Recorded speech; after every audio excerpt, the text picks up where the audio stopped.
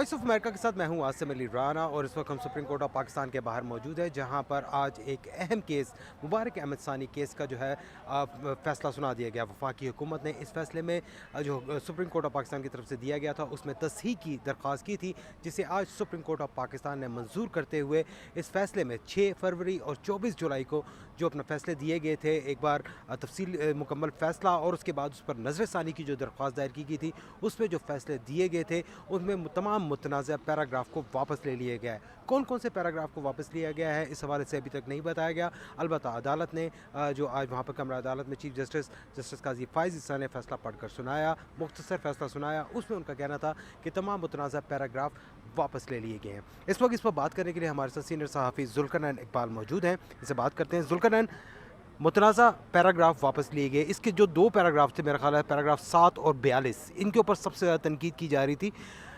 उनके हवाले से थोड़ी तफसील बताइए कि उन पैराग्राफ्स में क्या कहा गया था जिनको आज वापस लिया गया है। देखिए, इसमें जो पैराग्राफ 7 है वो उसमें अदालत ने 24 जुलाई के ऑर्डर के अंदर ये बात कही थी नज़रसानी फ़ैसले में कि जो मुबारक सानी था वो एक तालीमी इदारे के अंदर मौलिम था, तो उस पर उलमा की जानिब से इतराज़ उठाया गया था कि यानी कि आप इस बात को अदालत तस्लीम कर ली है कि वो ना सिर्फ इदारा बना सकते हैं बल्कि उसके अंदर अपनी तालीम व तरवीज का काम भी कर सकते हैं। मजहबी हवाले से बात कर रहा हूँ, तो उन्होंने कहा कि इसके ऊपर कानून ऑलरेडी ममानियत करता है। अदालत ये फ़ैसला, ये पैराग्राफ इसका कायन और कानून से मुतसादिम है।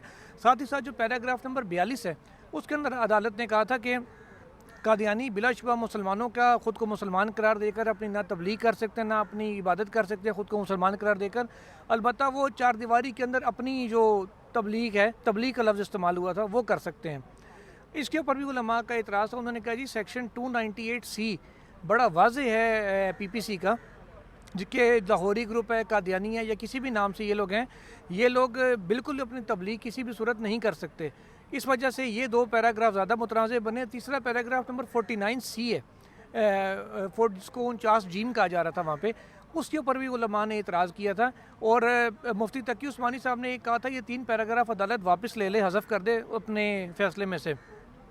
मौलाना फजल रहमान साहब आए, साहबजादा हामिद रज़ा आए, जो पार्लियामान की कमेटी में जिनके पॉइंट ऑफ ऑर्डर पे सारा इशू असम्बली में टेकअप हुआ था, उनकी जानिब से ये कहा गया अदालत अब तक मुकम्मल फ़ैसले वापस ले, 6 फरवरी का भी और जो ये 24 जुलाई का नज़रसानी का केस था, दोनों के सिर्फ ज़मानत की हद तक रहे।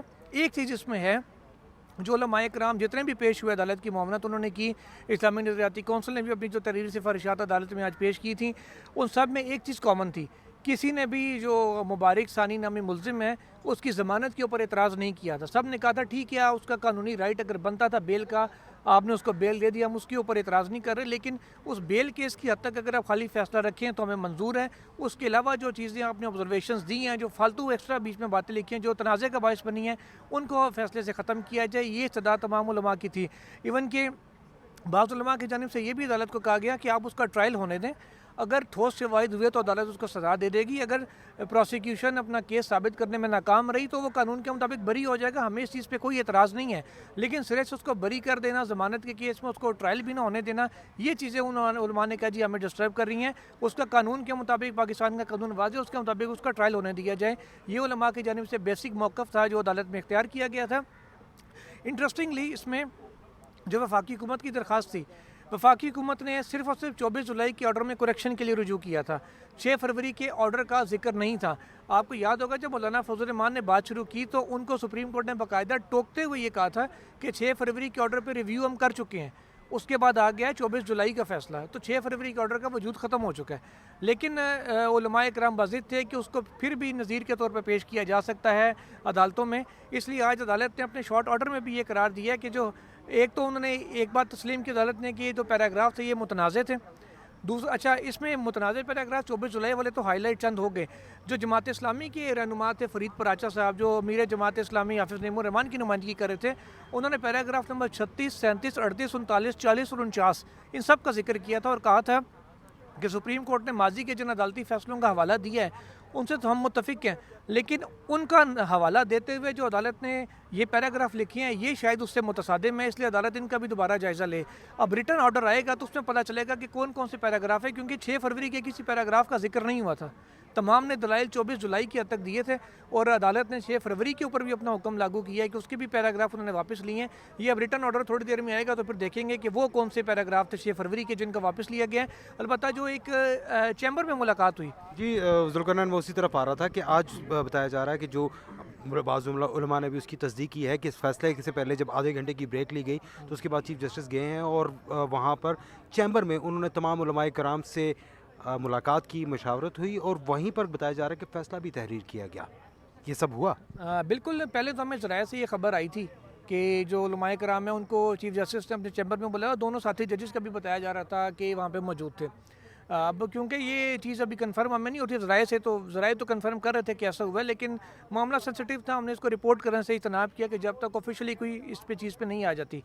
चीफ जस्टिस 4 बजे ब्रेक लेके गए थे आधे घंटे की, 6:21 पे अदालत वापस आई और इसी दौरान मौलाना फजल रहमान, साहबजादा अबुल खैर ज़ुबैर और भेरा शरीफ के जो आलिम थे वो आए हुए थे। ये तमाम वो लोग थे जो जिनका नाम हुकूमत ने अपनी दरख्वास्त में दिया था कि इनसे अदालत राय ले, शरई राय ले, तो उसके बाद अपना फ़ैसला करे।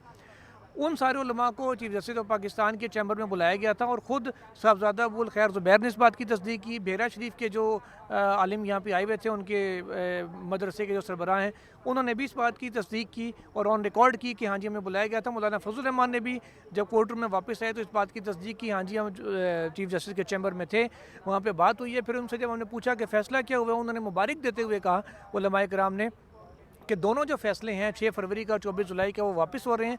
सिर्फ ज़मानत की हद तक फैसला बरकरार रहेगा और मुलज़िम का ट्रायल होगा। नॉर्मली ये अदालतों में इस किस्म का मामला बहुत कम देखने में आता है कि ओपन कोर्ट में एक चीज़ हियरिंग हो रही हो और अचानक से वो फ्री कैन को चैम्बर में जाके मुशावरत की जाए, उनकी मुशावरत का ऑर्डर लाया जाए। बहुत बहुत शुक्रिया ज़ुल्करनैन। बिल्कुल ये एक ख़ासी डिफरेंट सी सूरत हाल थी कि आज यहाँ पर तमाम उलमाए कराम जो थे वो यहाँ पर कमरा अदालत के अंदर जो है वो वहाँ पे वहाँ से बाहर गए और जाके चैम्बर में जाकर उन्होंने चीफ जस्टिस से मुलाकात की। हमारे साथ इस बात करने के लिए इस वक्त साकिब बशीर मौजूद हैं। साकिब, आप सीनियर रिपोर्टर हैं, अदालती मामलात को अच्छे से समझते हैं।